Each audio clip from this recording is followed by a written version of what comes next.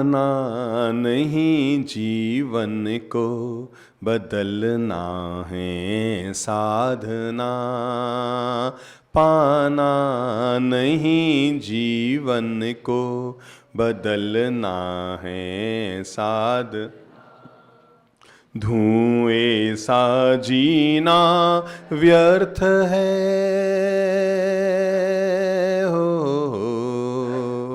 धुएं सा जीना व्यर्थ है, जलना है साधना। पाना नहीं जीवन को, बदलना है साधना। मंदिर में हम बहुत गए, पर मन यह मंदिर नहीं बना। मंदिर में हम बहुत गए, पर मन यह मंदिर नहीं बना। व्यर्थ शिवालय में जाना, जो मन शिव सुंदर नहीं बना। व्यर्थ शिवालय में जाना, जो मन शिव पर की पीड़ा में मोम सा हो, पर की पीड़ा में मोम सा पिघलना है साधना। पाना नहीं जीवन को, बदलना है साधना। मुंड मुंडाना बहुत सरल, मन का मुंडन आसान नहीं। मुंड मुंडाना बहुत सरल, मन का मुंडन आसान नहीं। व्यर्थ बभूत रमाना तन पर, यदि भीतर का भान नहीं। व्यर्थ बभूत रमाना तन पर, यदि भीतर का भान नहीं। पल पल समता में इस मन का हो, पल पल समता में इस मन का ढलना है साधना। पाना नहीं जीवन को, बदलना है साधना। सच्चा पाठ तभी होगा, जब जीवन का पारायण हो। सच्चा पाठ तभी होगा, जब जीवन का सांस सांस धड़कन धड़कन से जुड़ी हुई रामायण हो। सांस सांस धड़कन धड़कन से जुड़ी हुई रामायण हो। प्रभु प्रेम पंथ पर जन जन का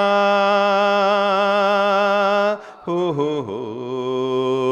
प्रभु प्रेम पंथ पर जन जन का चलना है साधना। पाना नहीं जीवन को, बदलना है साधना। पाना नहीं जीवन को, बदलना है साधना। बदलना है साधना। हर आदमी के सामने जीवन के कुछ अलग अलग तरह के लक्ष्य होते हैं। कुछ लोग होते हैं जो सुंदर दिखना चाहते हैं, कुछ लोग अच्छा दिखना चाहते हैं, कुछ लोग अच्छा दिखाना चाहते हैं, कुछ लोग जीवन में अच्छा पाना चाहते हैं, और कुछ लोग अच्छा जीवन जीना चाहते हैं। आदमी के जब तक जीवन का केंद्र बिंदु निश्चित नहीं होता है, तब तक आदमी जीवन में कभी मंजिल की तरफ अपने कदम नहीं बढ़ा पाता है। केंद्र बिंदु हर आदमी का निश्चित होना चाहिए कि आखिर वो जीवन में होना क्या चाहता है। पहला आदमी का लक्ष्य होता है कि मैं अच्छा पाल लूं। क्या लक्ष्य होता है? मैं अच्छा पाल लूं, दुनिया में जो कुछ है वो मुझे मिल जाए। समझो कि कोई आदमी लखपति है तो वो क्या चाह रहा है? मैं क्या बन जाऊं? करोड़पति बन जाऊं। और जो करोड़पति है वो क्या चाह रहा है?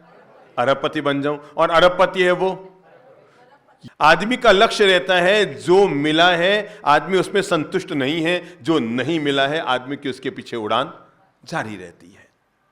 तो आदमी का पहला लक्ष्य रहता है मैं अच्छा पालूं, दुनिया में जो कुछ है मुझे अच्छा मिल जाए। मेरा मकान बड़ा सुंदर हो, मेरे कपड़े बड़े सुंदर हों, मेरे पास गहने खूब सारे हों, मेरे पास खूब सारी अच्छी गाड़ियां हों। मैंने देखा है कुछ लोग जिनके पास सैकड़ों सैकड़ों बीघा जमीन है, शहर में सैकड़ों प्लॉट है, फिर भी उनका रहता है और कोई नया प्लॉट दिखा चलो ये भी ले लेते हैं। जिंदगी भर आदमी संग्रह करता रहता है, इकट्ठा करता रहता है, लेकिन मन से संतुष्ट आदमी नहीं हो पाता, क्योंकि उसके जीवन का केंद्र बिंदु रहता है और पालूं। क्या लगता है? और पालूं, ये भी पालूं, ये भी पालूं, ये भी पालूं। और अंततः उसकी हालत ऐसी होती है जैसे मकड़ी की होती है ना, वो खुद ही जाले को बनाती है और अंततः उसी में उलझ कर रह जाती है। आदमी का पहला मैंने देखा है केंद्र बिंदु रहता है, जो अच्छी चीज दिखे ना, जैसे बच्चा मेले में जाता है तो हर चीज लेना पसंद करता है। कभी उसको लगता है झुनझुनिया ले लूं, कभी लगता है गुब्बारा ले लूं, कभी लगता है ये फूंफाला ले लूं। जो चीज नजर आए बच्चों को लगता है ये भी ले लूं, ये भी ले लूं, ये भी ले लूं। ठीक ऐसे ही मैं आपको बताऊं, हम एक शहर में थे,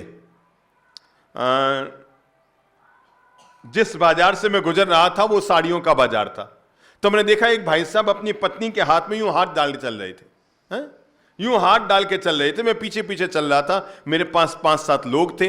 मैं थोड़ा आगे निकला, पीछे घूमकर देखा तो चौंक पड़ा, वो हमारे परिचित निकले। उन्होंने झट से हाथ अलग किया, यूं गुरुदेव प्रणाम, गुरुदेव मत्थे ना। मैं कहा वो तो ठीक है यार, भरे बाजार में यूं हाथ डाल के चल रहे हो। अरे कहा, मैंने कहा कुछ ज्यादा ही प्यार व्यार आ रहा है यार बूढ़ा पे। अरे गुरुदेव प्यार व्यार नहीं है, ये साड़ी की दुकान में ना घुस जाए इसलिए हाथ पकड़ के चल रहा हूं।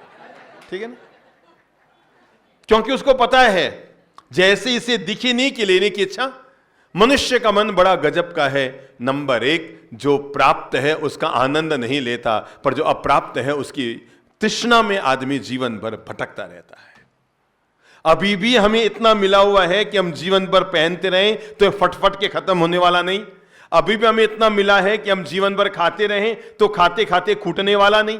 अभी भी हमें इतना मिला हुआ है कि इतने प्लॉट भगवान ने हमें दे रखे हैं कि हम एक यहां रहें 2 साल और 2 साल वहां रहें तो भी खत्म होने वाला नहीं। मेरे भाई, जिंदगी कितनी गजब की है। आदमी की जिंदगी में 2 चीज अगर नसीब हो जाए तो बहुत है। नंबर 1, मरने के बाद अगर 2 गज कफन का टुकड़ा नसीब हो जाए तो समझ लेना तूने जीवन भर कपड़े का धंधा किया सो सार्थक हो गया। और अगर 6 फुट जमीन का टुकड़ा तुम्हारे दाह संस्कार के लिए, अंत्येष्टि के लिए अगर उपलब्ध हो जाए तो समझ लेना फिर भी तुमने जीवन की बाजी जीत ली। क्या गजब होता है। आदमी जन्मता है तो सबसे पहले मां क्या पहनाती है? लंगोट। क्या पहनाती है? बचपन में पहने ना लंगोट। आपको तो याद नहीं है पर आपके बच्चों ने पहने, वो तो आपने देखी है ना। बचपन में जन्मने पर पहनाई जाती है लंगोट। लंगोट में एक भी जेब नहीं होता। मरने पर ओढ़ाई जाती है कफन। कफन में एक भी जेब नहीं होता। जिंदगी गजब की होती है। जन्मने पर लंगोट में जेब नहीं और मरने पर कफन में जेब नहीं, और आदमी जीवन भर एक ही चीज भरता रहता है, वो मैं जेब और बढ़ लूं और बढ़ लूं और बढ़ लूं और बढ़ लूं, संतुष्ट नहीं हो पाता। तो जीवन के इंसान की पहली कमजोरी है, आदमी अच्छा पाना चाहता है। नंबर 2, अच्छा दिखना चाहता है। मैं बस टनाटन रहूं, मैं बस चकाचक रहूं। मैंने देखा है लोग इतनी इतनी सी डब्बियां, 4-4 हजार रुपए की क्रीम की इतनी सी डब्बियां लगा रहे हैं केवल इसलिए मैं थोड़ा सुंदर नजर आऊं। मेरे भाई, अगर सजाना है तो अपनी आत्मा को सजाओ। जिस एक दिन परमात्मा के पास जाना है, इस नश्वर शरीर को सजाकर आदमी क्या पालेगा?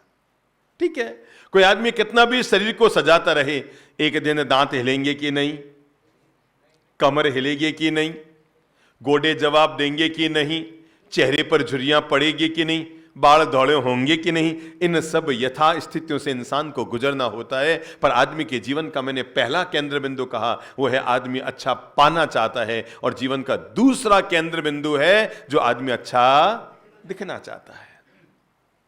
हम एक शहर में गए थे। हम जब जाते थे, एक बहन जी अपने परिवार के साथ दर्शन करने आया करती थी, लेकिन इस बार तो वो आई नहीं। तो हमने उनके परिजनों को कहा, हमने कहा भाई वो वाले परिवार के बहन जी आया करते थे, इस बार आए क्यों नहीं? उन्होंने किसी ने जाके उनको कहा होगा कि मरा साहब आए और याद कर रहे थे। अब वो आई तो शांति से बैठी रही। हर बार तो वो यूं चहकती महकती हवा में उड़ती हुई रहती थी, पर इस बार बस वो यूं आके बैठ गई। मैंने कहा बहन जी क्या हुआ? कि गुरुदेव क्या बताऊं, 1 साल हो गया मैं घर के बाहर नहीं निकलती हूं। मैंने मंदिर आना बंद कर दिया, उपाश्रय में जाना बंद कर दिया। मेरा बद बड़ा हताश निराश उदास हो गया। मुझे किसी से बात करना पसंद नहीं आता। और मैंने कहा हुआ क्या? आप तो हमेशा चहकती महकती रहती थी, हवा में उड़ती रहती थी, ये क्या हो गया जिंदगी में? तो उसने राज खोला कि गुरुदेव देखो, मेरे यहां पर वो सफेद दाग हो जाता ना किसी किसी के, तो उसके इस जगह पर एक सफेद दाग हो गया। और मैंने कहा सफेद दाग हो गया कि बस मुझे बाहर निकलने में शर्म आती है। मुझे लगता है मंदिर जाती हूं तो लोग सब भगवान को नहीं देखते, मुझे देखते हैं, और मुझे देखते हैं यानी मेरे दाग को देखते हैं। बाजार में जाऊं तो मुझे मन में भय लगता है। मैंने गुरु महाराज के आना बंद कर दिया, प्रवचन में जाना मैं बस घर में बैठती हूं। हम जहां रुके हुए थे उसके बिल्कुल बगल में मंदिर था। मैंने कहा बहन 150 रुपये लाए हो? हाँ बाप जी रुपये तो है। मैंने कहा 100 रुपये निकालो, बगल में भगवान का मंदिर है, वहां जाकर भगवान के गुल्लक में चढ़ा के आ जाओ और शुक्राना अदा करके आ जाओ। क्या अदा करके आ जाओ? शुक्राना अदा करके आ जाओ कि भगवान तो ने यहाँ दाग कर दिया, शुक्राना अदा करती हूँ, थैंक यू समर्पित करती हूँ, ये 100 का नोट प्रसाद रूप में भगवान के चढ़ा के आ जाओ। वो गई बड़ा अनमने भाव से कि महाराज मुझसे क्या करा रहे हैं। मैंने उनको जीवन का पाठ पढ़ाया। मैंने कहा तुझ पर भगवान की बड़ी मेहरबानी रही कि केवल चेहरे पर ही दाग लगा, लोगों के तो चरित्र पे दाग लगकर जेल में पड़े हैं बेचारे। ईश्वर ने तुझ पर कितनी बड़ी मेहरबानी की कि केवल चेहरे पर इतना सा दाग लगाया। इंसान है जो ईश्वर की रचना को नहीं समझ पाता कि योग हमारे क्या थे, उसने छोटे से योग में बात खत्म कर दी। मैं आपको यह बताना चाहता हूं, आदमी का पहला लक्ष्य होता है अच्छा पालूं। क्या जिसके पास 100 साड़ियां हैं वो आज ये संकल्प लेने को तैयार नहीं कि मैं आने वाले 5 साल को नई साड़ी नहीं खरीदूंगी। अभी थोड़े दिन पहले एक बहन जी आए थे और आकर उन्होंने परिवार के बीच कहा बाप जी मुझे नियम दिला दो, मैं साड़ी नहीं खरीदूंगी। मुझे जीवन में पहली ऐसी महिला मिली, कोई 35-40 साल की रही होगी और पहली ऐसी महिला मिली। कहा गुरुदेव मैं जीवन में कभी साड़ी नहीं खरीदूंगी, मुझे नियम दिला दो। मुझे थोड़ा आश्चर्य हुआ। मैंने उनके पति से कहा, मैंने कहा भाई साहब आपकी धर्मपत्नी तो बड़ी त्यागपरायण महिला है।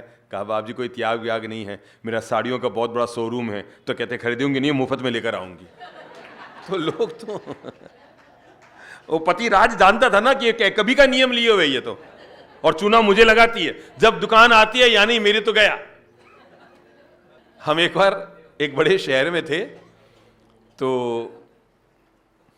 मैंने यूं ही एक बहन जी को खड़ा किया। मैंने कहा बहन जी, मुझे पता था वो थोड़ी समृद्ध है तो मैंने खड़ा किया। मैंने कहा बहन जी आपके पास लगभग कितनी साड़ियां होगी? कहने लगी बाप जी 600-700 तो होगी। तो पीछे एक महिला बैठी थी, उसने कहा बाप जी 1000 से ऊपर होगी, कम से कम 10 अलमारियां इसकी केवल साड़ियों से भरी हुई है। पर मैं आपको कैसे बताऊं, ये मनुष्य का मन, अरे कुएं के कुएं भरे जा सकते हैं पर आदमी के मन को कभी तृप्त नहीं किया जा सकता। जो 10 20 50 भये सत हो या 1000 तो लाख मांगेगी, कोटि अरब असंख्य अनंत धरापति होने की चाह जगेगी। सुंदर एक संतोष बिना नर तेरी भूख कभी न बुझेगी। 10 वाले को 20 चाहिए, 20 वाले को 30 चाहिए, 30 वाले को 50 चाहिए और 50 वाला 100 चाहिए। अरे जिसके पास अभी भी खूब सुंदर सुंदर साड़ियां हैं, सुंदर सुंदर श्रृंगार के साधन हैं, फिर भी उसको लगता नहीं थोड़ा और पालूं, थोड़ा और पालूं, थोड़ा और पालूं। मेरे भाई हमारी हालत उस मधुबूंद की तरह हो जाती है। आप लोगों ने हो सकता है आधे लोगों ने देखा होगा, आधों ने नहीं देखा होगा, पर एक आदमी का एक ऐसा चित्र आपने पुराने चित्रों में देखा होगा जब एक पेड़ है, पेड़ के टहनी पर एक आदमी लटक रहा है। देखा है। और वो पेड़ के नीचे क्या है? कुआं है, और कुएं में कौन है? बोलो अजगर खड़े हैं उस आदमी को जिंदा खाने के लिए। और जिस डाली पर वो लटक रहा है एक चूहा उसको कुतर रहा है।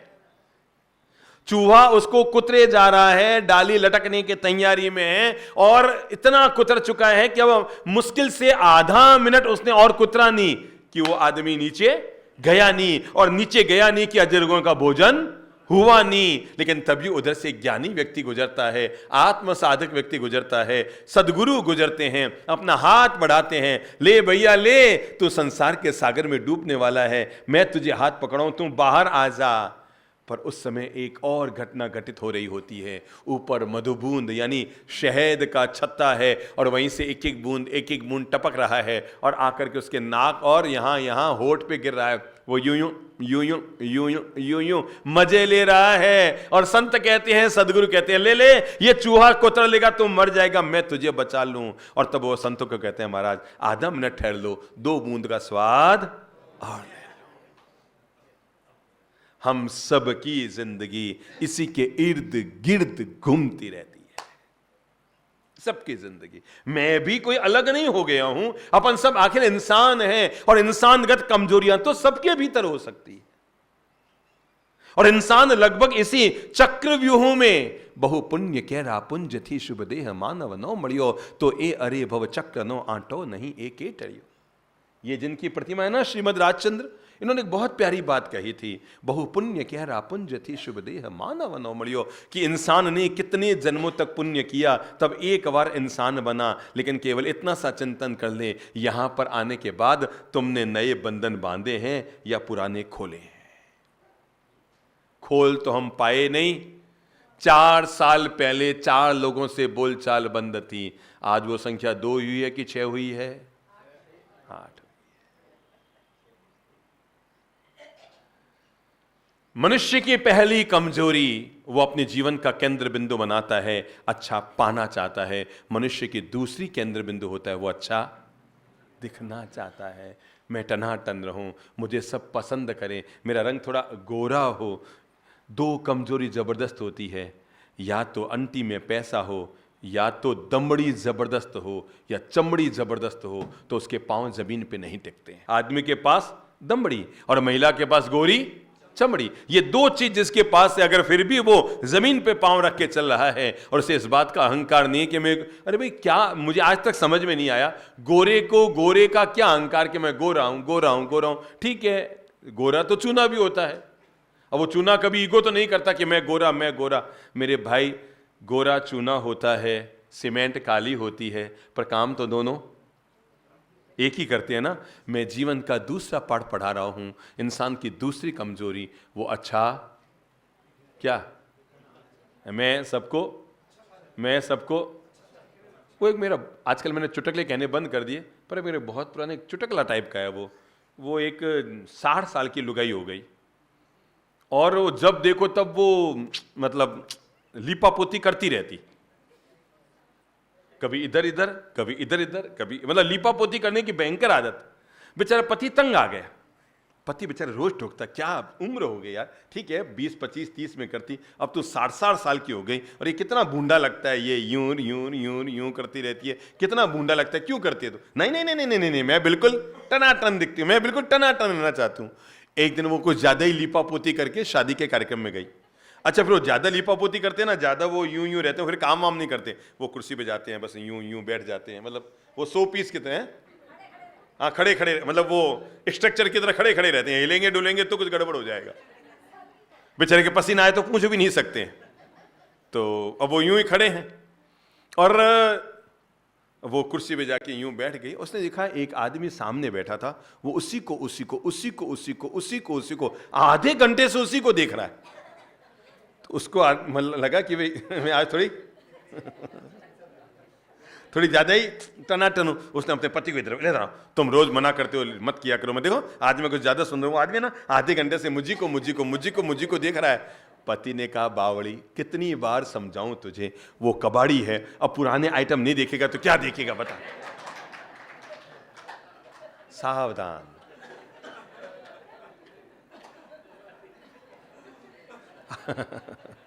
आदमी की पहली कमजोरी अच्छा पाना चाहता है, आदमी की दूसरी कमजोरी अच्छा दिखना चाहता है। पर संबोधि साधना हमें जीवन का एक तीसरा चरण देती है, जिससे आदमी अच्छा दिखना नहीं चाहता, आदमी अच्छा पाना नहीं चाहता, आदमी अच्छा होना चाहता है, जीना चाहता है।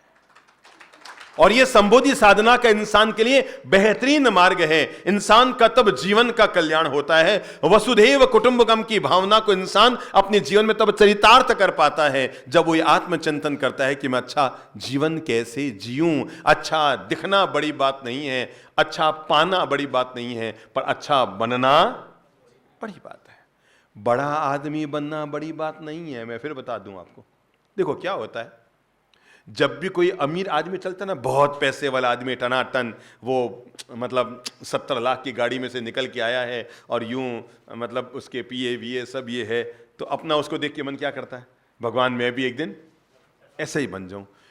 क्यों होता है आदमी का ऐसा कि किसी अमीर आदमी को देखकर तो आपका मन बनता है कि मैं भी ऐसा अमीर बन जाऊं, पर किसी महान संत को देखकर मन क्यों नहीं बनता कि मैं भी ऐसा संत बन जाऊं? तो ये आदमी की कमजोरी होती है। आदमी बस हर समय वो उसको लगता है बस मैं कुछ अच्छा पालूं, अच्छा पालूं, अच्छा पालूं, पर जीवन का निर्माण अच्छा पाने से नहीं होता। जीवन का निर्माण आदमी का अच्छा बनने से होता है। और अगर कोई आदमी बेहतर जीवन जीना चाहता है, अच्छाइयों के रास्ते पर चलना चाहता है, मेरे भाई दुनिया में केवल 2 ही रास्ते हैं जीने के लिए, एक है बुराई का रास्ता, एक है भलाई का रास्ता। एक है बुराई का रास्ता, एक है अच्छाई का रास्ता। आदमी को तय करना होता है कि आदमी अपने जीवन में कौन से रास्ते का वर्ण करना चाहता है। मैं गॉड बन पाऊं या ना बन पाऊं, पर मैं गुड बनने की कार्रवाई तो जरूर कर लूंगा। भगवान करे मैं गॉड बन जाऊं कभी साधना करते करते, पर गॉड ना बन पाया तो कम से कम गुड जरूर बन जाऊंगा। और गुड बनने के लिए आज मैं आप लोगों को अब कह रहा हूं, भलाई का रास्ता, अच्छाई का रास्ता, जीवन में अच्छा जीवन जीने के लिए, कि मैं अच्छा जीना चाहता हूं, मैं उसके लिए पहला चरण आप लोगों को देना चाहूंगा। चलो आज मैं आपके दिलो दिमाग में 3 तरह की छोटी छोटी फैक्ट्रियां खोलता हूं। हो सकता है आपके जीवन की तमन्नाएं रही होंगी कि हमारी कोई फैक्ट्री हो, पर मैं जिंदगी में आपके जेहन में 3 फैक्ट्रियां खोलता हूं। और पहली फैक्ट्री, हाथ लाओ सिर पर, हाँ, पहली फैक्ट्री यहां खोलते हैं अपन, ठीक है ना? कहां खोलें? पहली फैक्ट्री आपके दिलो दिमाग में खोलते हैं, और उस फैक्ट्री का नाम देते हैं अपन आइस फैक्ट्री। कौन सी? कूल। कौन सी? ठंडी।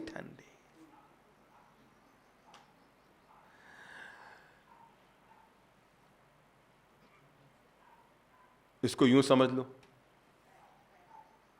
पांव गरम, पेट नरम, माथा जिसका ठंडा, घर में आए बीमारी तो मारो उसको। जिसके पांव गरम और पेट नरम और माथा जिसका, अब बिल्कुल उल्टा हो गया है, माथा गरम, पेट कड़क और पांव हो गए ठंडे, चलने फिरने की आदत चली गई।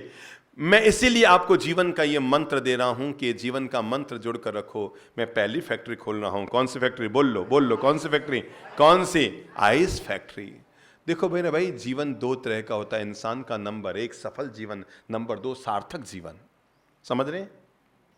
सफल जीवन इंसान का होना बहुत बड़ी बात नहीं है। दुनिया में वे लोग भगवान नहीं बने जिन्होंने सफलता का जीवन जिया, दुनिया में वे लोग भगवान बने जिन्होंने सार्थक जीवन जिया। मैंने आज कोई सार्थक काम किया कि नहीं, रात को सोने से पहले ये मत देखना आज मैंने 2.5 लाख कमाए कि 2 लाख कमाए कि एक प्लॉट बेचा था और मैंने एक ही प्लॉट में 3.5 लाख का मुनाफा कर लिया। खास बात यह नहीं कि आज आपने दिन में कितना कमाया, उससे बड़ी खास बात यह है कि आपने दिन में सार्थक काम कितना किया, भलाई का काम कितना किया, नेकी काम कितना किया, मानवता का काम कितना किया, दूसरों के जीवन में सुख हो सके आपके द्वारा, यह काम आपने कितना किया। सार्थक जीवन। सार्थक जीवन का मतलब होता है मेरे द्वारा कोई ना कोई अच्छाई का काम हो जाए। आपको लगेगा भाई मैंने आज अपने बच्चों को खाना खिलाया, कौन सा सार्थक काम किया? हर कोई करता है। आपको लगेगा भाई मैंने आज अपने बच्चे के बर्थडे पर उसको एक एक्टिवा दिला दी, हर कोई दिलाता है। हाँ, आज मैंने एक काम किया था कि मैंने जब मैं बाजार से आ रहा था, मुझे एक बूढ़ा आदमी मिला था, भूखा आदमी मिला था, मैंने 80 रुपया निकाल कर एक थाली उसे भोजन कराया था। हाँ, आज मैंने एक सार्थक काम किया है। बुद्धि लगाओ। आदरणीय राम अवतार जी साहब अब खड़े हुए तो आपके कितनी संतानें हैं? 2 संतानें हैं, ठीक है। आप आजमगढ़ में विराजते हैं ना? दोनों ही वहीं रहते हैं संतानें? एक लखनऊ और एक आजमगढ़ में रहता है। चलो, जैसे कि आपने मन बनाया कि मैं दोनों बच्चों के लिए एक सुंदर सुंदर आजमगढ़ में मकान बना दूं, समझो। और आपने 2-2 करोड़ का एक मकान दोनों बच्चों के लिए बनाया। मुझे केवल एक लाइन में आप जवाब दे दो कि आपको क्या उम्मीद है, ये जो आपने 4 करोड़ रुपए 2 बच्चों के लिए लगाए, इसके बदले में आपको अगले जन्म में क्या मिलेगा? सुन रहे हैं, सुन रहे हैं? एक पढ़ा लिखा सुविज्ञ आदमी जो राष्ट्रीय स्तर पर अपनी पहचान रखता है, वो व्यक्ति क्या कह रहा है?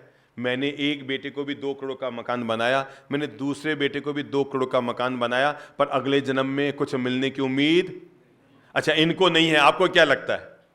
आपको भी नहीं है।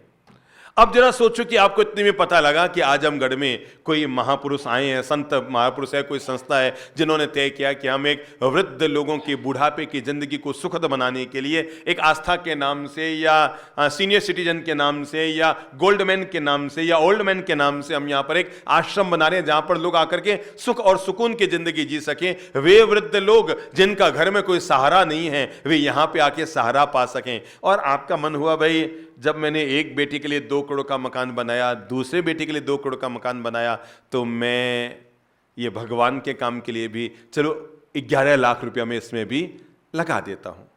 अब मैं इनको नहीं पूछता हूं, पर मैं आप सुनने वाले सब साधक भाई बहनों से पूछता हूं, अब आप मुझे बताओ, इन्होंने 2 करोड़ में अपने एक बड़े बेटे को मकान दिया, 2 करोड़ का छोटे बेटे को मकान दिया, और नेकी के काम में केवल 11 लाख रुपए लगाए। वो जो 11 लाख लगाए, क्या उनकी वापस मिलने की उम्मीद है अगले जन्म में कि नहीं है?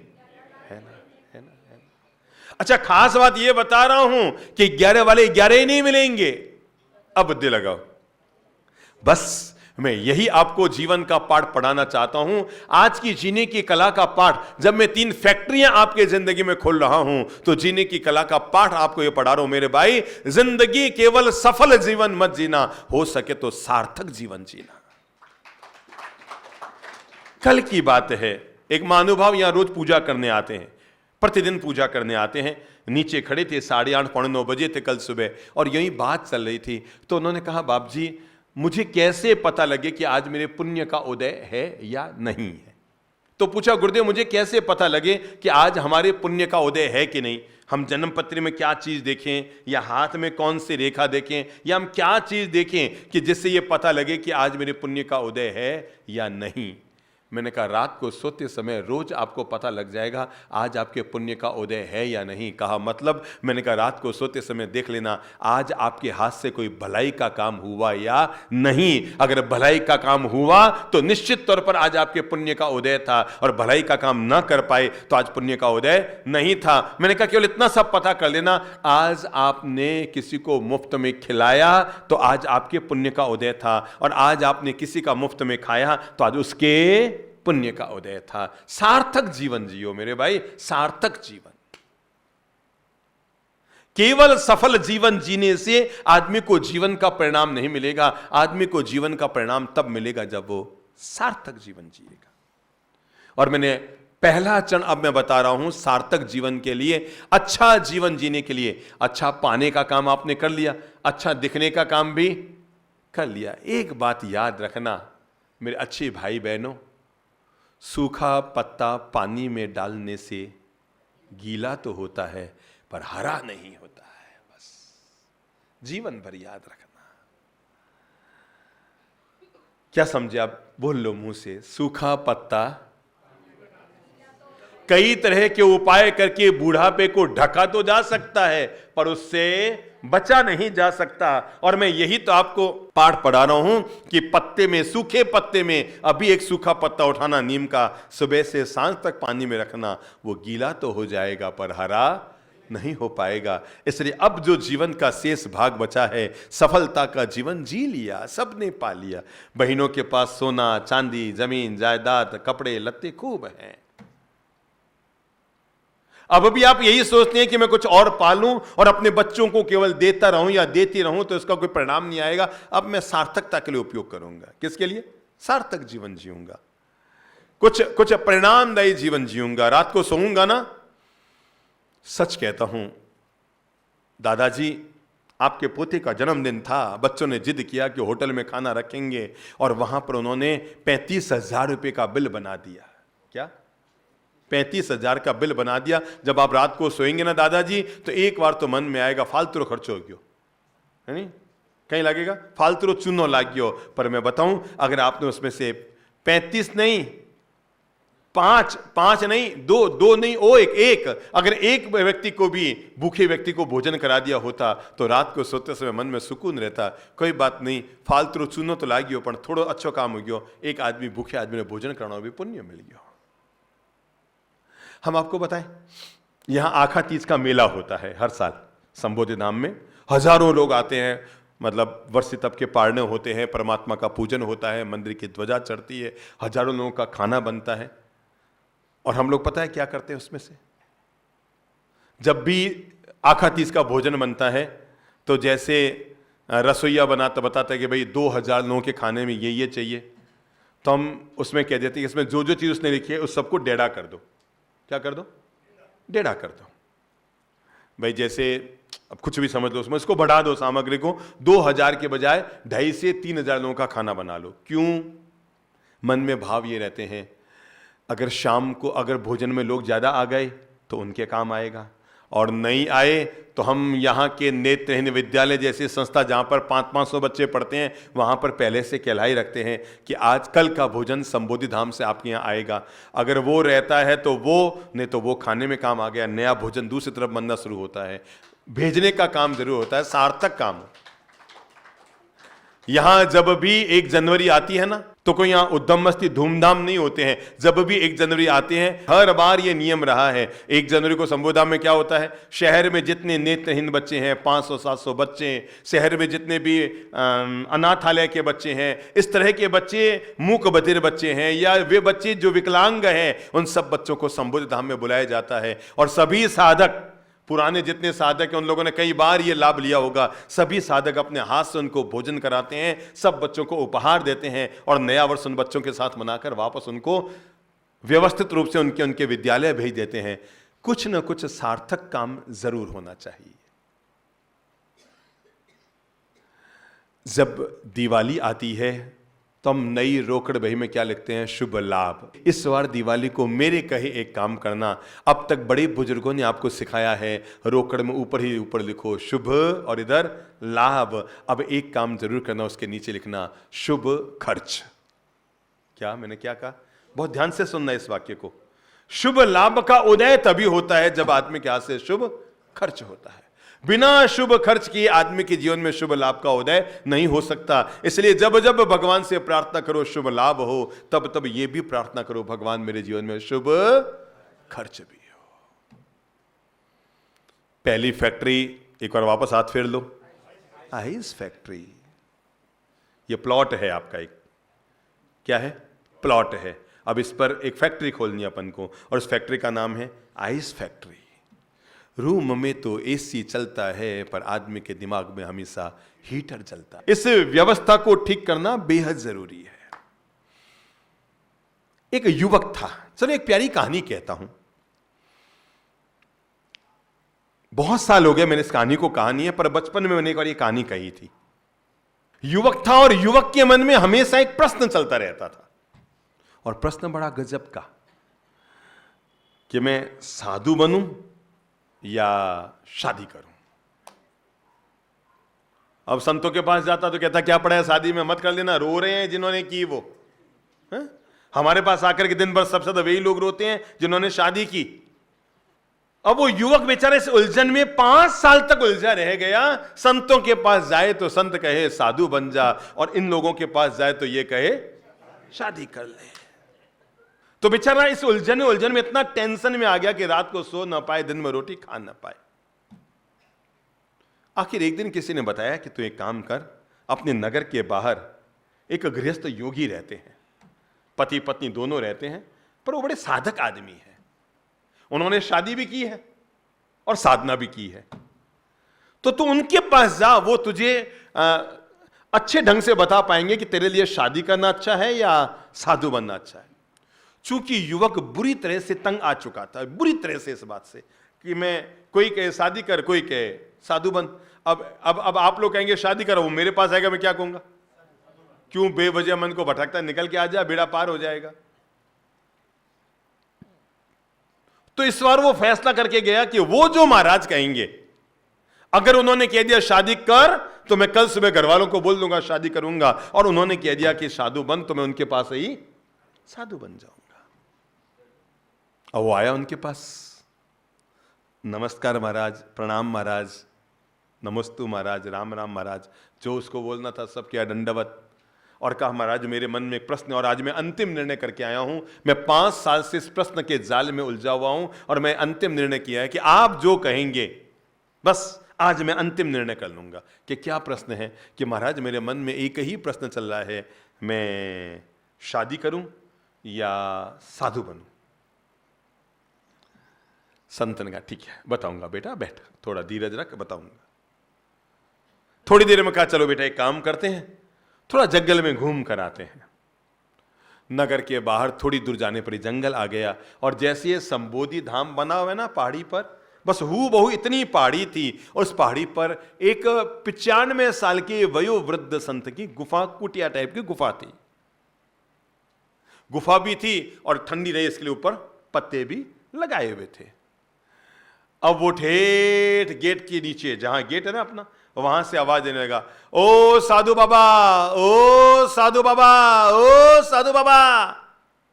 बूढ़े संत अपने आसन पर बैठे हुए थे, लकड़ी हाथ में उठाई, धीरे धीरे करके बाहर आए और पूछा मतलब क्या बात है? मतलब नीचे आओ। बूढ़े संत, बिल्कुल इतनी ही ऊंची पहाड़ी थी जितनी पहाड़ी पर अपन अभी बैठे ना, अब वो एक लकड़ी हाथ में लिए धीरे धीरे खटक खटक खटक खटक करते हुए 7-8 मिनट में नीचे पहुंचे। बोलो बेटा क्या काम है? कुछ नहीं साधु बाबा, बस आपका दर्शन करने का मन हो गया था इसलिए आपको तकलीफ दी। पास खड़े युवक को आया गुस्सा कि आदमी पागल है क्या? है 95 साल के बूढ़े संत को नीचे बुला लिया, खुद है 40 साल का, ऊपर चढ़ जाते।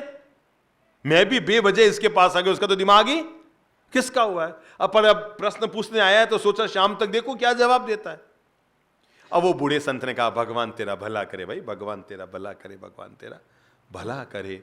और ये कह के वो वापस उतरने का काम तो आराम से हो गया, पर चढ़ने में थोड़ा सा जोर लगाना पड़ता है। तो धीरे धीरे धीरे धीरे धीरे धीरे धीरे धीरे, और बीच में वो जो बैठने की जगह आती है ना, चौकी लगी थी, वहां 2 मिनट बैठ करके और फिर वापस अपनी कुटिया में आकर बैठ गए। पर गजब, आके बैठे और 2 मिनट में फिर आवाज आई, ओ साधु बाबा, ओ साधु बाबा चौंके कि यार अभी अभी आवाज वापस वही कैसे आ रही है। बाहर आए, बोलो भाई क्या बात है? साधु बाबा अंदर आया, लकड़ी ली, फिर नीचे उतरा, बोलो भैया क्या काम है? बस महाराज दोबारा दर्शन करने की इच्छा हो गए। और कहते हैं इस तरह है उस प्रौढ़ व्यक्ति ने उस बूढ़े साधु बाबा को सुबह 11 बजे ये शुरू कराया था और दोपहर के 2:30 बजे तक 12 बार नीचे बुला लिया। और जब 12वीं बार भी नीचे आए तो उस युवक का धैर्य टूट गया। उसे लगा कि ये तो बिल्कुल ही पागल आदमी है, बेवजह साधु बाबा को तंग कर रहा है, बार बार नीचे बुला रहा है, बार बार। उसने कहा महाराज मैं जाऊं? अरे भाई रुको रुको, अभी मैं घर चल रहा हूं, फिर तुम्हारे प्रश्न का भी तो जवाब देना है ना, कहां जाना है? वो 12वीं बार भी जब बूढ़े संत नीचे आए, कहा बोलो बेटा।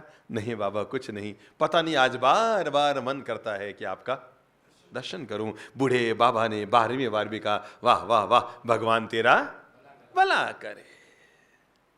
और फिर वही धीरे धीरे धीरे धीरे धीरे धीरे धीरे धीरे आकर के कुटिया में बैठ गए।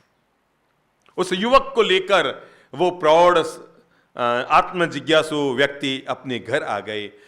चिल मिलाती गर्मी तप रही थी, धूप तप रही थी, आसमान पर सूरज छाया हुआ था और तेज किरणें आ रही थी। इतनी तेज गर्मी थी जिसकी हद नहीं। वो वहां आए और आते ही अपनी पत्नी को आवाज लगाई, अजी सुनो। उसने कहा हाँ बोलो जी। कहा थोड़ा दिया जला के लाओ, मुझे भगवान का भजन लिखना है। कितनी बजी है? दोपहर के 3, 3:30। धूप तप रही है, बरामदा पूरा धूप से भरा हुआ है? और पति क्या बोल रहा है? दिया जला कर लाओ, मुझे भजन लिखना है। और जितना गैला पति उतनी गैली उसकी पत्नी। वो अंदर जाती है और दिया जला के ले आती है और लाकर कहती है लो जी दिया जला के ले आई। वो सामने दिया रखता है, लिखना शुरू कर देता है। अब तो युवक को लगा मैं बेवजह ही सुबह की शाम कर रहा हूं। उसने कहा महाराज जाऊं? हो गया बस, समझ गया मैं जा रहा हूं महाराज। अरे भैया क्या समझ गए? तुम्हारे प्रश्न का जवाब अब दूंगा ना, बैठ यार। उसने कहा महाराज कोई प्रश्न का जवाब देने के लिए चेचे गंडा इंजारी करनी पड़ी? आप कुछ बोल तो रहे हो, बता तो रहे भाई, सुन तो सही, बोल तेरा प्रश्न क्या है, अब तू बोल। उसने कहा मेरा प्रश्न ये है महाराज, मैं शादी करूं या साधु बनूं? फिर से अब इस प्रश्न को पूछो अपने आप से, क्या करूं? साधु बनूं या शादी करूं? उस संत ने युवक के सिर पर हाथ फेरते हुए कहा, मेरे प्यारे बालक, चाहे शादी कर या साधु बन, दोनों में कोई दिक्कत नहीं, बस इतना याद रखना, साधु बने तो उस महान बूढ़े संत की तरह साधु बनना जिसको मैंने 12 बार नीचे बुलाया, तभी भी उसके चेहरे पर सिकन नहीं आई और 12वीं बार भी मुस्कुराते हुए शांत स्वभाव से आशीर्वाद देकर चले गए, बेटा और शादी करे तो ऐसी पत्नी लेकर आना कि दोपहर में 3 बजे मैंने कहा दिया जला कर लाओ, मुझे भजन लिखना है। तो ये नहीं पूछा कितने उजाले में दिए का क्या करोगे। बस मैं आपको जीवन का यही पाठ पढ़ाना चाहता हूं, अगर कोई व्यक्ति गृहस्थ में रहे तब भी इतनी ऊंचाई के साथ जीवन जी ले तो बेड़ा पार है, और अगर संत बन जाए तो दिमाग में इतनी शीतलता जरूर होनी चाहिए कि सामने वाले ने बाहरे बार। वो बहुत पहले मैंने बचपन में सुना हुआ है कि एक युवक हिमालय में गया हुआ था और संत के पास जाकर कहने लगा, महाराज थोड़ी सी आग दो, सर्दी लग रही है। संत ने कहा मेरे पास नहीं है। अरे महाराज बहुत तेज सर्दी लग रही है, मुझे लकड़ियां जलाने, थोड़ी सी आग दे दो। कहा, बोला ना नहीं है। महाराज इतनी सी आग दे दो। कितनी सी? इतनी सी आग दे दो। संत ने कहा अब तू यहां से भाग, तो मारूंगा तेरे को जूते। जब बोल दिया 3 बार आग नहीं है तो कहां से दूंगा। 4थी बार युवक बिल्कुल ढीठ रहा। उसने कहा महाराज चिपटी इतनी सी तो दे दो ना। संतों को आया गुस्सा, हरामी, और वो लेके डंडा और पीछे पड़े उसके टिकाने के लिए, और एक टिकाई दी उसके। बोला ना आग नहीं है। कहा महाराज जब आग नहीं है तो चिंगारियां कहां से आ रही है? जब आग नहीं है तो ये डंडा लेकर के चिंगारियां। मैं यही आपको जीवन का पाठ पढ़ाना चाहता हूं। आदमी को जीवन में अगर अच्छा बनना चाहता है तो उसके लिए पहला मार्ग चुनना पड़ेगा, और वो है, हाथ फेर लो वापस, ये गरम गरम जो तवा बना हुआ है ना, ये क्या है? गरम गरम तवा। अब इस तवे को तवा नहीं रखना है, इसको आइस फैक्ट्री रखना है। शांत, छोटी मोटी बात हो जाए, छोटी मोटी घटना हो जाए, टेढ़ा मेढ़ा शब्द सुनने को मिल जाए, शब्दों के आधार पर, घटना के आधार पर, व्यक्ति के आधार पर अपने मन को प्रभावित मत कीजिए। छोटी छोटी बातों में चिल्लाइए मत, छोटी छोटी बातों में हो हल्ला आक्रोश गुस्सा मत कीजिए, क्योंकि इससे आपकी इमेज डाउन होती है। आपको नहीं पता, आप तो गुस्सा करके घर से निकल जाते हैं, पर बच्चों के दिमाग में आपकी इमेज डाउन होती है। आप तो अपनी पत्नी पर गुस्सा करके और ऑफिस चले जाते हैं, पर पत्नी के दिमाग में आपकी इमेज डाउन होती है। उसे लगता है पता नहीं मैंने कौन सा कर्म किया सो ये पति मुझे मिला। मेरे भाई, शांत रहने वाले संत की इमेज ऊंची होती है, पर क्रोध और कषाय से घिरने वाले संत की इमेज डाउन होती है। अगर आप गलत हैं तो आपको गुस्सा करने का हक नहीं है? अगर आप गलत हैं तो आपको गुस्सा करने का हक नहीं है। अगर आप सही है तो गुस्सा करने की जरूरत नहीं है। अगर आप सही है तो गुस्से की जरूरत नहीं है। देखो भाई, मैं तो कहूंगा 7 दिन को यूं सेट कर लो। सोमवार को गुस्सा मत करना, सप्ताह का पहला दिन है। प्रथम ग्रह से मक्षी का पात, पहले कौर में मक्षी मत गिरा देना है। सोमवार को जीवन में कभी भी गुस्सा नहीं करना चाहिए, सप्ताह का पहला दिन है। और मंगलवार को तो मरे ही नहीं करना चाहिए, नाम ही जिसका मंगल है उसके दिन कौन सा? अमंगल। और बुध को गुस्सा मत करना, नहीं तो युद्ध शुरू हो जाएगा। और गुरु को तो बिल्कुल भी मत करो गुस्सा शुरू। गुरु को तो बिल्कुल भी मत करो गुस्सा शुरू, क्योंकि गुरुवार तो गुरुदेव का वार है। गुरुवार तो गुरुदेव का वार है। जब गुरुदेव का वार होता है उस दिन तो गुस्सा नहीं करना चाहिए। और शुक्रवार किसी हालत में गुस्सा मत करना, क्योंकि शुक्रवार गुस्से का दिन नहीं, शुक्राना अदा करने का दिन है। और शनिवार बिल्कुल मत करना भूल चूक कर। शनिवार को जो लोग गुस्सा करते हैं, शनि उन्हीं पर हावी रहता है। और रविवार को तो बिल्कुल नहीं, क्योंकि रविवार को गुस्से की छुट्टी। अब बताओ किस दिन करोगे गुस्सा? सोमवार को नहीं करने का, क्यों? पहला दिन। मत बिगाड़ो। मंगलवार को अमंगल नहीं करने का, बुध को युद्ध नहीं, गुरु को गुस्सा शुरू नहीं, शुक्रवार को शुक्राना, शनिवार को बिल्कुल नहीं, क्योंकि शनि हावी, और रविवार को तो छुट्टी होती है। जब जब क्रोध कषाय का वातावरण प्रकट हो, तब तब यह निर्णय कर लो, अगर मैं यहां नहीं होता तो इस क्रोध कषाय के वातावरण में अपनी आग में घी झोंकने का काम मैं कहां से करता, अगर मैं यहां नहीं होता। जैसे अभी आप यहां बैठे हैं, घर में कुछ भी हो रहा है, आपका बेटा बहू लड़ रहे हैं, बहू आपके बेटे के सामने अंट संट बोल रही है तो बोल रही है, बेटा अंट संट बोल रहा है, आप तो यहां बैठे हैं ना। अब जब मैं यहां हूं ही नहीं तो वहां के बारे में किसी प्रकार की प्रतिक्रिया करने का परिणाम क्या। मन बना लो, मैं क्या रखूंगा, आइस फैक्ट्री। जिस धागे की गांठ खुल सकती है उस पर कैंची चलाना मूर्खता नहीं तो और क्या है। जिस धागे की गांठ अभी संभावना है खुल सकती है। भगवान के पास आकर के एक संत ने पूछा कि भगवान दुनिया में बंधन क्या है। भगवान ने कुछ नहीं किया, पास ही उनके कपड़ा पड़ा था, उन्होंने उठाया, गांठ लगाई और छोड़ दिया। शिष्य को लगा शायद आज भगवान जवाब देने के मूड में नहीं है। आधे घंटे बाद एक दूसरे शिष्य ने पूछा, भगवान मेरे मन में जिज्ञासा है कि दुनिया में मोक्ष क्या है। भगवान को पता नहीं क्या सूझा, वही वस्त्र पड़ा था, उसकी गांठ खोली, समेट कर वापस रख दिया। तो दूसरे को भी लगा शायद आज भगवान का जवाब देने का मूड। दोनों जब इकट्ठे हुए एक जगह तो उन्होंने कहा, यार आज गजब हुआ, मैंने भगवान को पूछा बंधन क्या है तो जवाब नहीं दिया, रुमाल में गांठ लगा दी, तो कहता है मैंने पूछा मोक्ष क्या है तो भी जवाब नहीं दिया, गांठ खोल दी। तो दोनों प्रभु के पास आए, आकर कहा, श्री प्रभु हमारे मन में जिज्ञासा है, आज आपने दोनों ही हम शिष्यों का जवाब नहीं दिया, जबकि आप तो हमेशा, आपके तो प्रश्नों के जवाब देने में भगवती सूत्र बन गया, और आप हमें आज प्रश्न का जवाब क्यों नहीं दे रहे हैं। भगवान ने कहा, कौन सा प्रश्न भाई? अरे भगवान, मैंने पूछा था ना बंधन क्या है, इसने पूछा था मोक्ष क्या है। भगवान ने कहा मैंने जवाब दिया ना। कहा क्या जवाब दिया? भगवान ने कहा याद करो, जब तुमने प्रश्न पूछा मैंने क्या किया? कहा आपने कुछ नहीं किया। मैंने पूछा बंधन क्या है तो आपने गांठ लगाई, मैंने पूछा मोक्ष क्या है तो आपने गांठ खोली। भगवान ने मुस्कुराते हुए कहा, बस इस बात को हमेशा याद रखना, मन में गांठ रखना इसी का नाम बंधन है, और मन की गांठ खोलना इसी का नाम मोक्ष है। बस एक ही लाइन में पूरे जीवन भर का सार समझ लेना। अगर तुमने बहू से गांठ बांध रखी है, जीवन भर मंदिर जाके चंदन घिसते रहना, तुम्हारी मुक्ति होने वाली नहीं है। अगर आपने सास से कोई बांध बांध रखी है, वैर विरोध कर रखा है, बोलचाल बंद कर रखी है, जीवन भर संतों के सानिध्य में जाकर सत्संग करते रहना और थानकों में जाकर ये सामायिक के करते रहना, पर सामायिक आपको कभी परिणाम ना देगी जब तक मन की दशाएं इंसान के न सुधरे। तो इसलिए संकल्प कर लो, मैं अपने दिमाग को आज से क्या रखूंगा, क्या रखूंगा, हैं? कुल कुल। हम एक घर में रुके हुए थे, एक बच्चा आया, मच्छर बनना है बाप जी। मैं कहा हाँ बोलो बोलो। और पता नहीं उसको क्या जचा, सामने ही फ्रिज पड़ा था। फ्रिज में दो ढक्कन होते हैं, एक फ्रिज का और एक फ्रीजर का। वो क्या हुआ, एक आदमी किसी घर गया, सामने वाले ने यही पूछा, और भाई साहब ठंडा लेंगे कि गर्म, पूछते ना ऐसे। तो वो गुरु, उसने कहा पहले लूंगा ठंडा और ऊपर पीऊंगा गर्म। तो उस बाप ने बेटे को कहा, बेटा पहले गीजर में से पानी ला, फिर फ्रीजर में से पानी ला।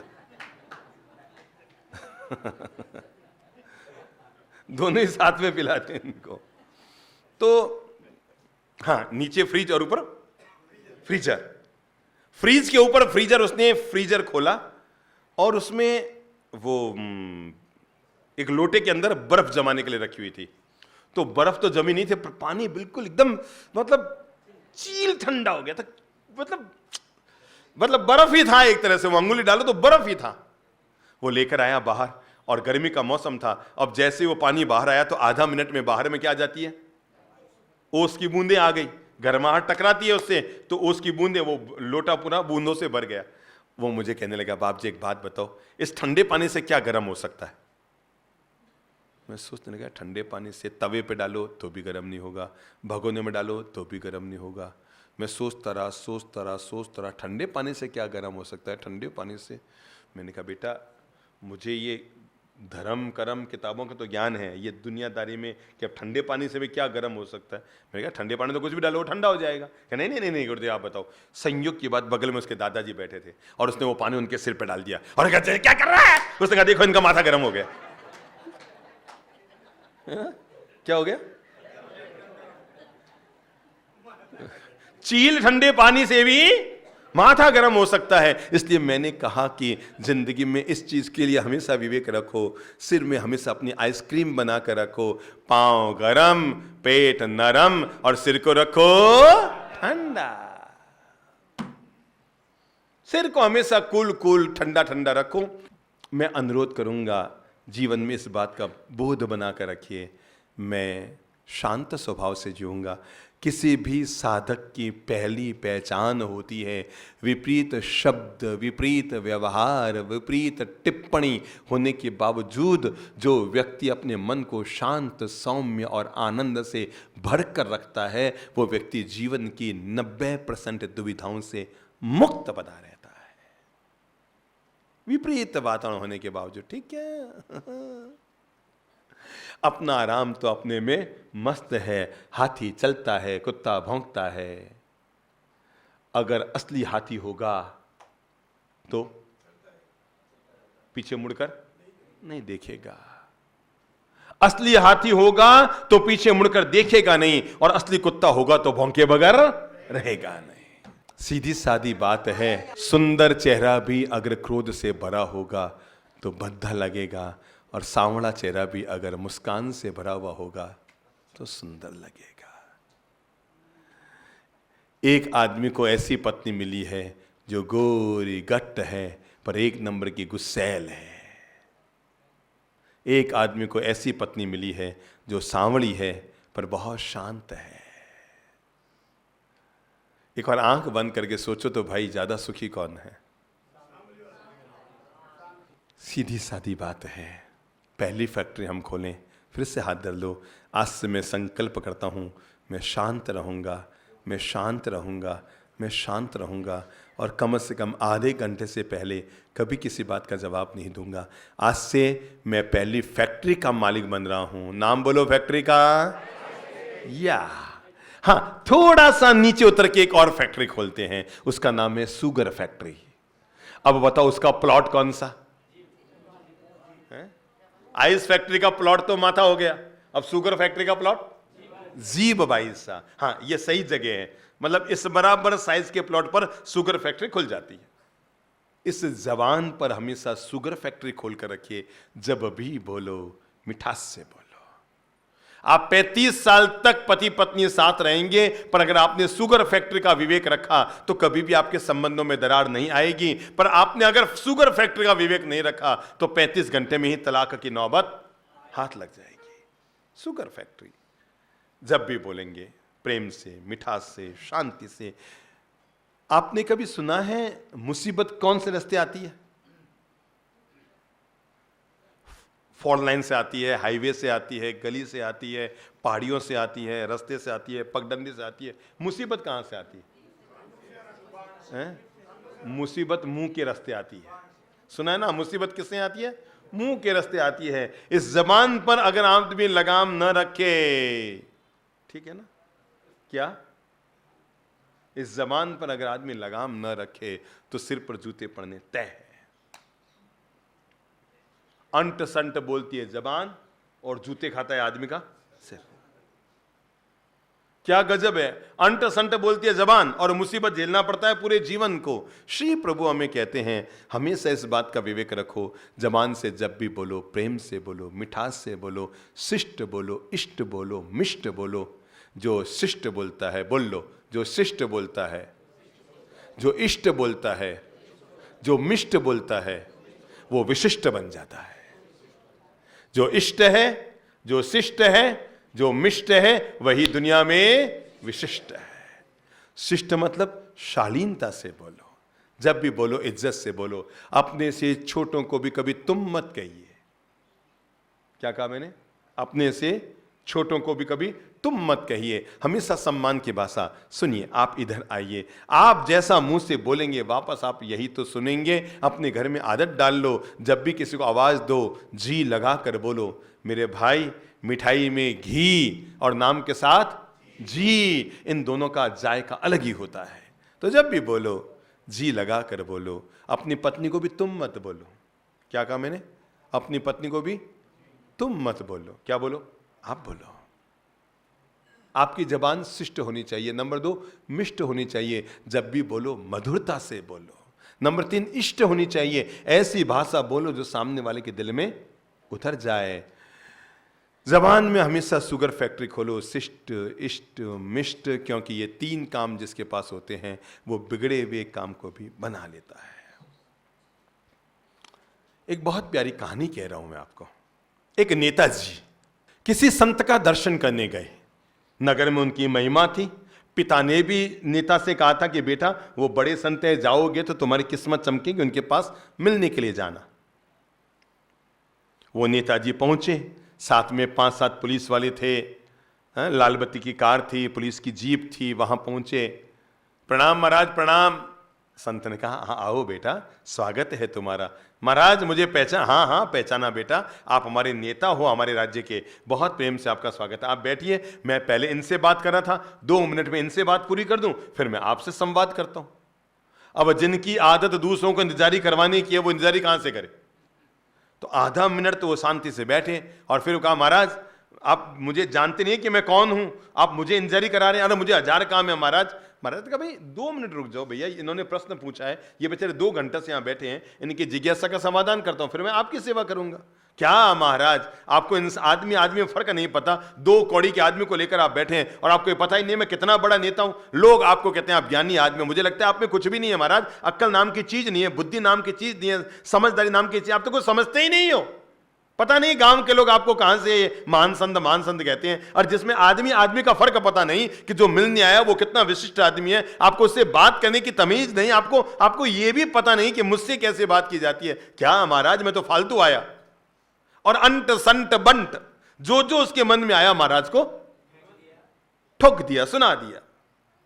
संत ने सब सुना और सुनकर मुस्कुरा कर कहा भाई तुम कुछ भी कहो, पर हमें पता है तुम बहुत बढ़िया आदमी हो। हमारे राज्य का गौरव है कि तुम हमारे राज्य के राज्य मंत्री हो। अरे हमारे नगर का गौरव, तुम नेता हो, तुम बहुत बढ़िया आदमी हो, हमें तो तुम बहुत पसंद आए हो। और आपके चेहरे को देखकर लगता है कि आप बड़े विशिष्ट बढ़िया क्वालिटी के आदमी हैं।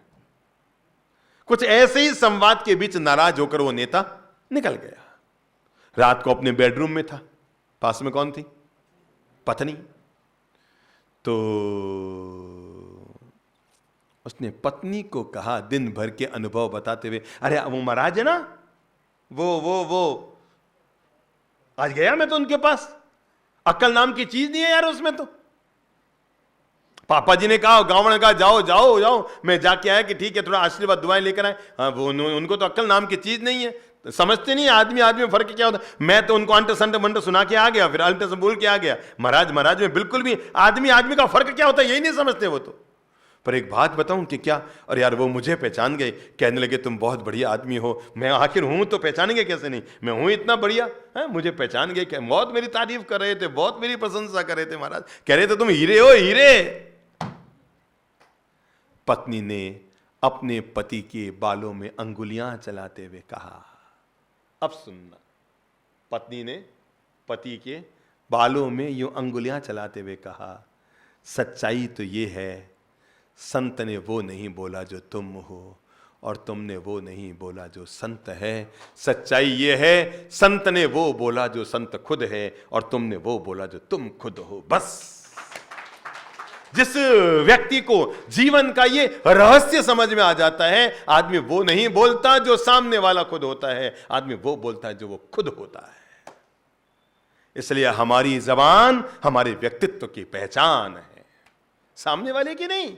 कि आप किससे बात कर रहे हैं ये खास बात नहीं है, आप कौन है ये खास बात है। तो अपनी जबान पर लगाम रखो, क्योंकि मेरे भाई मीठे मधुर वचन से प्रेम के पुल बनते हैं। बोल लो, मीठे मधुर वचन से प्रेम के पुल बनते हैं, टेढ़े कड़वे वचन से द्वेष की दीवारें खड़ी होती है। मधुर वचन प्रेम का पुल बनाता है और कड़वे वचन द्वेष की दीवारें खड़ी करता है। इसलिए जब भी बोलो मिठास से बोलो। शब्दों में बड़ी जान होती है। बोल लो, शब्दों में बड़ी जान होती है। इनसे आरती, अरदास और अजान होती है। ये समंदर के वो मोती हैं, ये जिससे एक अच्छे आदमी की पहचान होती है। दो मीठे बोल बोलने से कोई आपकी जायदाद कम नहीं होने वाली है। आपके बहू के पीहर वाले आए हैं, थोड़ा आप उनसे सम्मान से बोल लेंगे, थोड़ा आप उनको इज्जत दे देंगे, थोड़ा आप उनकी मान मनुहार कर देंगे, थोड़ा आप मीठे शब्दों का इस्तेमाल कर देंगे, थोड़ा आप अपनी बहू की तारीफ कर देंगे। साहब आपने हीरा दिया है, हीरा। मैं इतना सा पूछता हूं, अगर आपने उनके सामने अपनी बहू की दो थोड़ी सी तारीफ कर दी तो क्या आपकी जायदाद कम हो जाएगी क्या? अरे बहू आपकी और ज्यादा अपनी बन जाएगी, वो और ज्यादा घर को संभालेगी कि मैं कुछ नहीं करती थी तब भी मेरे पापा ने मेरे पियर वालों के सामने मेरी कितनी इज्जत बढ़ा दी और कहा कि नहीं सब आपने हीरा दिया है। हीरा मैं फिर बता दूं, माना कि आपको लगता है पत्थर, पर मेरा दावा है आप रोज उसको हीरा कहना, एक दिन वो हीरा बन जाए तो आप मुझसे कहना। प्रोत्साहन का पुरस्कार। अभी समझो जैसे आज शांति प्रिय जी महाराज बोलने में, प्रवचन देने में निपुण हो गए। अरियन चैनल में इनके प्रवचन आते हैं, देश भर में इनका नाम चलता है। जब ये पहली बार खड़े हुए होंगे तो तय है जैसा मैंने बचपन में बोला वैसे ही इन्होंने बोलना शुरू किया होगा। हमारे पास दो विकल्प थे। जिस दिन ये पहली बार खड़े हुए, दुनिया में कोई बच्चा माँ के पेड़ से चलता हुआ नहीं आता और दुनिया में कोई आदमी सफलता को मुट्ठी में लेकर नहीं आता। आदमी को आगे बढ़ने के लिए श्रम करना पड़ता है और साथ रहने वालों को प्रोत्साहन देना होता है। अब समझ लो आपकी बहू ने खमण बनाया। क्या बनाया? खमण। अब पहली बार उसने खमण बनाया है, तय है कि उतना नहीं फूल पाएगा। अब आपके पास पहला विकल्प है, आप पॉजिटिव बोल सकते हैं, बेटा भले ही किसी को क्या लगे पर मैंने आज खाया ना बेटा, मैं खुद जब शादी करके आई तो इतना अच्छा नहीं बना सकती थी जितना तूने बनाया। मुझे लगता है मेरी बहू तो मुझसे भी सवाई आई है। अब मुझे बताओ अगली बार जब बनाएगी तो थोड़ा मन से बनाएगी या उखड़े में मन से बनाएगी? और आपने कहीं खमण बनाया, यूं लगे भट्टो खा रहे हैं, भट्टो कहीं खा रहे हैं, भट्टो खा रहे हैं, भट्टो पत्थर खा रहे हैं, पत्थर। अब बनाओ अगली बार क्या बनाएगी? अगली बार कहेगी अब तो बाठा ही बनाऊंगी। कर लो, क्या कर लोगे? कल तुम घर के मालकिन थे, आज मैं बन गया हूं, निकाल लो मुझे। अब तो मैं वास्तव में बाठा बनाऊंगी। 12 लोगों के बीच कहा कि बाठा बनाया, अब लो बाठा क्या होता है तुम्हें खिलाती हूं। पॉजिटिव। अपनी जबान से हमेशा शुगर फैक्ट्री क्या रखो। आप लोग गजब के हैं, खाते हैं तो शुगर निगलते हैं, खाते हैं तो शुगर निगलते हैं और बोलते हैं तो मिर्ची उगलते हैं। बड़े गजब के जीव हैं हम। खाते हैं तो शुगर निगलते हैं और जब बोलते हैं तो मिर्ची उगलते हैं। फू फा नहीं मेरे भाई, मिठास से बोलो, प्रेम से बोलो, तमीज से बोलो। कोई मीठा बोलने से आपकी जमीन जायदाद कम नहीं होने वाली, कोई आपका बड़ा नुकसान नहीं होने वाला है। शांति से, प्रेम से, मिठास से जब भी बोलो पॉजिटिव बोलो। जब भी बोलो किसी के लिए अच्छी टिप्पणी करके बोलो, हाँ साहब बहुत अच्छा किया, कुछ तो किया ना भाई। माना कि आपकी उम्मीद थी वैसा उसने नहीं किया कार्यक्रम, तो कुछ तो किया ना। अब जैसे मैंने कहा शांति प्रिय जी महाराज, अगर ये बोल के बैठते और हम कहते हैं क्या बोला आपने ऐसा, फालतू 10 मिनट लोगों का खराब कर दिया, फालतू ही कर दिया, तो अगले दिन को क्या लगता? मेरा बोलना ही श्रम बेकार है। और अगर आप प्रोत्साहन देखो, हाँ भाई जिस दिन मैं पहली बार खड़ा होकर बोला था तो आपसे भी 19 बोला, आज आप मुझसे भी 21 बोले हो, तो अगली बार मन करेगा हाँ हाँ हाँ मैं कल फिर बोलूं। ठीक है ना? मैंने नाम एक इनका लिया, मैं सभी लोगों के लिए कह रहा हूं, जब भी किसी ने कोई काम किया है अगर आप प्रोत्साहन देंगे तो तय मानकर चलना। दुनिया में 100% परफेक्ट तो कोई भी नहीं होता, तुम खुद भी नहीं हो तो दूसरों से क्या उम्मीद करते हो? दुनिया में 100% बहू तो आप भी नहीं बनी थी, तो अपनी बहू से क्या उम्मीद करते हो? कुल मिलाकर जीवन का फैसला रखो। हम जब भी बोलेंगे रिश्तों में मिठास घोल कर रखने के लिए सबसे बेहतरीन मंत्र है और वो है मधुर वचन। क्या है? क्या है? मधुर वचन। वो चंद्रप्रभु जी महाराज का गीत है ना, मीठो मीठो बोलता रहो कहीं लागे, संसार कोई रो घर नहीं, कद निकले प्राण खबर नहीं। तो मीठो मीठो बोलता रहो कहीं लागे, भाया मीठो मीठो बोलता था रहो कहीं बाप रो लागे। मीठा बोलोगे तो पड़ोसन के दिल में भी राज करोगे, और टेढ़ा बोलोगे तो घरवाली के दिल से भी बाहर निकल जाओगे। सीधी सादी बात है। जो लोग टेढ़े बोलते हैं और जो लोग मीठे बोलते हैं, एक लाइन का फर्क है। मीठे बोलने वाले लोगों की रात को 9 बजे पत्नियां इंतजारी करती हैं, अभी तक नहीं आए, अभी तक नहीं आए, अभी तक नहीं आए। और टेढ़े बोलने वाले लोगों की सुबह 9 बजे पत्नियां इंतजारी करती है, अभी तक नहीं गए, अभी तक नहीं गए, अभी तक नहीं गए। इंतजारी दोनों की जारी है। मधुर बोलोगे तो आने की इंतजारी है, और टेढ़ा बोलोगे तो जाने की इंतजारी है। हाँ, अगर आप अंतिम मंत्र अब जीवन से जोड़ लो, पहली फैक्ट्री आइस फैक्ट्री, दूसरा प्लॉट शुगर फैक्ट्री, तीसरा प्लॉट लव फैक्ट्री। सबसे प्रेम करो, हृदय में प्रेम रखो, हृदय में माधुर्य रखो, सबके प्रति प्रेम और दया की भावना रखो, सबके प्रति ममत्व की भावना रखो, सबके प्रति आदर, अदब, कान, कायदा, इज्जत की भाषा रखो, सबके प्रति हृदय में वात्सल्य के भाव रखो। केवल मैं और मेरा भला, इस सोच को निकालो, मुझसे सबका भला हो। हे ईश्वर, मुझे ऐसी बुद्धि दो, मेरे हाथों से ऐसा कृत्य हो कि सबका भला हो, सबके जीवन में खुशियां हो, सबके जीवन में आनंद हो, सबके जीवन में माधुर्य हो, सबके जीवन में मेरे द्वारा हमेशा भलाई के काम हो। लव फैक्ट्री मेरा सबसे प्रेम है। शिवमस्तु सर्व जगतः सर्वे भवन्तु सुखिनः मित्ति में सब भूएसु। मेरा सबसे मैत्री है, सबसे मंगल मैत्री भावना है अपने हृदय में। अगर भूल चूक कर भी किसी के प्रति कटुता के भाव हो, भूल चूक कर अगर लेश मात्र भी, चाहे आपके बहू है कि सास है कि पड़ोसी है कि पति है कि और कोई आपके मित्र वर्ग में है कि समाज में है कि आपके मंडल में है कि आपके परिचय में है, अगर भूल चूक कर भी हल्का सा भी कषाय का भाव है और आप शांति की जिंदगी जीना चाहते हैं, तो एक काम जरूर कर लेना, इच्छामि दुक्कड़म, मन को हल्का कर लेना, अपने आप को आनंद से भर लेना। दिल में लव फैक्ट्री, बोल लो कौन सी? लव फैक्ट्री है। मैं सबसे प्यार करता हूं। क्या करता हूं? शांति प्रिय जी बोले आई लव यू ऑल। मैं सबसे प्यार करता हूं, मेरा प्रेम सबके लिए है। इस धरती में जितने चराचर जगत के जीव है, अरे मैं तो कहता हूं जब आप भोजन भी करो ना, और आपकी थाली में जब कच्चे केले की सब्जी हो, जब उसका सलाद हो, खीरा ककड़ी का, जब चावल हो, जब रोटी हो, जब और कुछ हो, तब परमात्मा से प्रार्थना करना, हे ईश्वर, मैं इतनी सी प्रार्थना करता हूँ, जैसा सुख का भोजन तूने मुझे दिया है, इस चराचर जगत में हर प्राणी को ऐसा ही सुख का भोजन दे।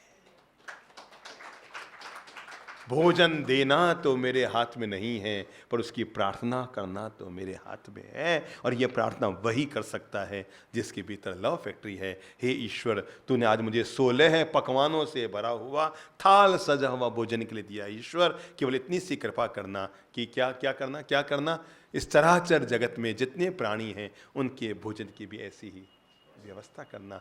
ये प्रेम की प्रार्थना, ये लव की प्रार्थना, ये प्यार भरी मोहब्बत की प्रार्थना। मेरे भाई, दुनिया में 3 चीज़ जरूर होनी चाहिए। प्रेम के मंदिर हों, प्यार की मस्जिदें हों और मोहब्बत के चर्च हों, जहाँ सब लोग आपस में हिल मिल जुल कर रहते हैं। धरती स्वर्ग बन जाती है। मैंने सहज में कुछ अच्छी बातें आपके जेहन में उतारी है। जीवन में जीने की कोशिश कीजिएगा।